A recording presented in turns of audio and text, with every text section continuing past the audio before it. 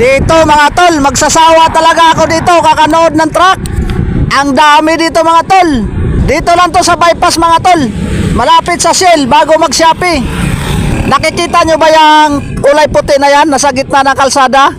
Naguwit-guwit na kulay puti. Nag-aalarma yan mga tol na kailangan mong mag-reduce ng speed. Dahil ang kasunod niyan, intersection. Ayun oh! Ayun po oh! Oh! Bibilis ah! Walang reduce mga tol. Nakakatuwa naman dito. Ayun pa oh! Naka-container van pa oh! Ah! Ayun pa oh! Oh! Bibilis ah! Ayun oh! Mabul pa oh! Oh! Ila!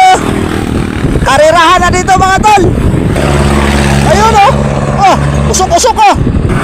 Ayun oh! Bilis ah! Nakakatuwa naman! Ayun oh! Laki oh! Oh! Ila! Ayun pa oh!